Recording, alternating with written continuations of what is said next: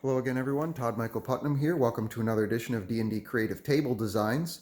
And in this episode, we're going to look at adventure of the wicked Spider Queen, who has a nest burrowed well underneath a druidic lair, and she's commanding her armies of mutant spiders to come up and basically overtake the land. Before we go through the actual adventure itself, the interesting part about this build, of course, is the multiple layers that I have on here. And let me just go through real quick how I did that. And it's super low tech, actually. All it is these are 22-ounce clear plastic tumblers that I got off of Amazon.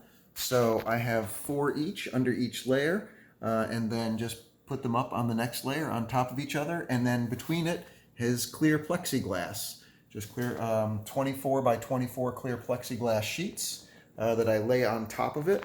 Then, of course, lay the Dwarven Forge tile on top of that for each layer, and just build it out layer by layer. So the top layer is the surface land, and then underneath is a little bit of catacombs and the basement for the druidic layer. And then underneath there's an underground river that's going through here. And then the very bottom layer is the mat itself on the 6x4 table mat laid out, and that's going to be all of the tunnels and whatnot for the Spider Queen itself. So the build in terms of this is, we'll bring it around real quick.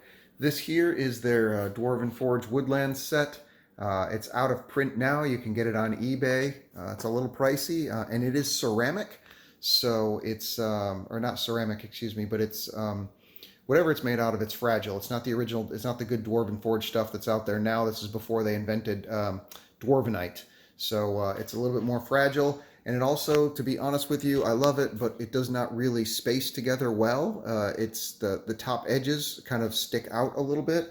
And so sometimes it's really hard to line up the tiles. That being said, it's a fantastic tile set for the inside of any kind of a druidic home or dryads or anything like that.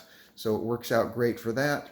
And you can get these woodland accessory sets too, which have like little tables and beds and stuff that just fit perfectly for that whole thing. And we can see at the top level here, when you go in through the door, that a couple of the druids themselves, a couple of them have been slain, and there's this Ettercap spider creature who is racing towards the stairs going down into the basement. And when the players follow down in through the basement, down these stairs here, they'll see that there's all kinds of spiders and another Ettercap that's in here, and they seem to have overtaken the basement and actually burrowed through the wall to the other side. So when they defeat the spiders here, they'll come across to the other side in an open area.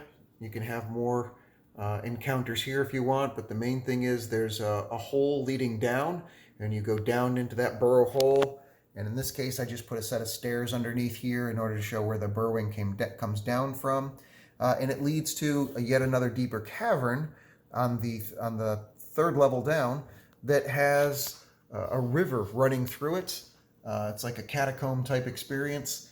And there's small pathways that try and lead across it, but there is a jump where there's no pathway, there's no bridge. And so the players will actually have to make the jump across there. And unbeknownst to them, there's a phase spider, invisible, just waiting on the other side. It's basically a sentry point. When the players go to jump across that, the first one is going to be surprised by jumping right into the arms of the phase spider, who is just waiting for his victims to literally leap to him.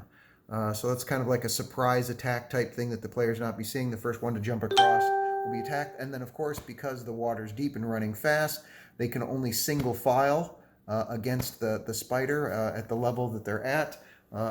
And that makes it a challenging encounter. And then there's another, once they finally get across, there's another whole burrow leading down here into another section with some more Ettercaps and spiders guarding.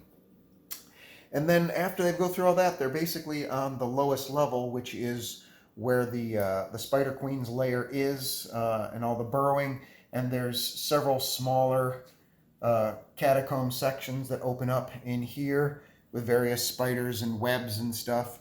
Eventually, they will get to this section here, which is the Dwarven Forge tunnel section, or burrowing tunnel section for insects and whatnot. And I have this laid up with a giant egg-laying spider creature, and there's a number of webbed up victims, druids and whoever else they found, that they've webbed them up so that when the spiders hatch from their eggs, they actually have live bodies to feed upon. So it just has that nice little ick factor to add to it, and get a feeling that the spider queen is indeed evil, feasting upon human beings and humanoids. There's a small little maze-like section for like workers, spiders, and things like that over here. And then eventually it leads to the main section where there is this spider queen. She's guarded by a couple of ettercaps. She has a small consort. And then the spider queen herself is on the other side of this noxious acidic type pool. Of course, she is able to climb across the walls and the ceiling in order to get to wherever she wants to. But the players themselves are going to have to figure out how they're going to be able to traverse that area, or just use ranged attacks or whatever they're going to do, or force her from her location in order to be able to engage her and defeat the evil spider queen in her lair. And of course, there's a small little pile of treasure there at the end to justify all the efforts. So that's the concept behind it, and that's how the build works. It's surprisingly sturdy. I found by putting these glasses in this particular order, where I put the smallest on the bottom and then the wide section on top, and then I invert that for the next layer. So the wide layer of the glass is touching the wide layer of the glass. The thin layer is on the thin layer, so to speak, or this thin end. And it seems to be remarkably sturdy. This has actually been standing overnight, doesn't have any problems to it whatsoever. There is enough room, more than enough room, to be able to reach your hand in here and do stuff. There's as long as you're reasonably careful, there's certainly enough room to reach in and actually do the game playing that you need to do. Clearly, in a setup like this, it's too hard to cover up each of the sections. So what you do there is you would just simply remove the monsters, and they don't get to see those until they get to that particular section. And I have a little orange box that I shoebox behind my DM screen, where I have monsters and traps and things like that the players don't see until it's time to put them on the board. And I just pull them out and put them on when the players get to that area. So to add a little bit to that fog of war. But there it is. That is the Wicked Spider Queen's lair, and I hope you enjoyed. If you have any questions or comments, please leave them in the comment section below, and always happy to hear what you say. Appreciate you taking the time to view this, and you guys take care. See you next session.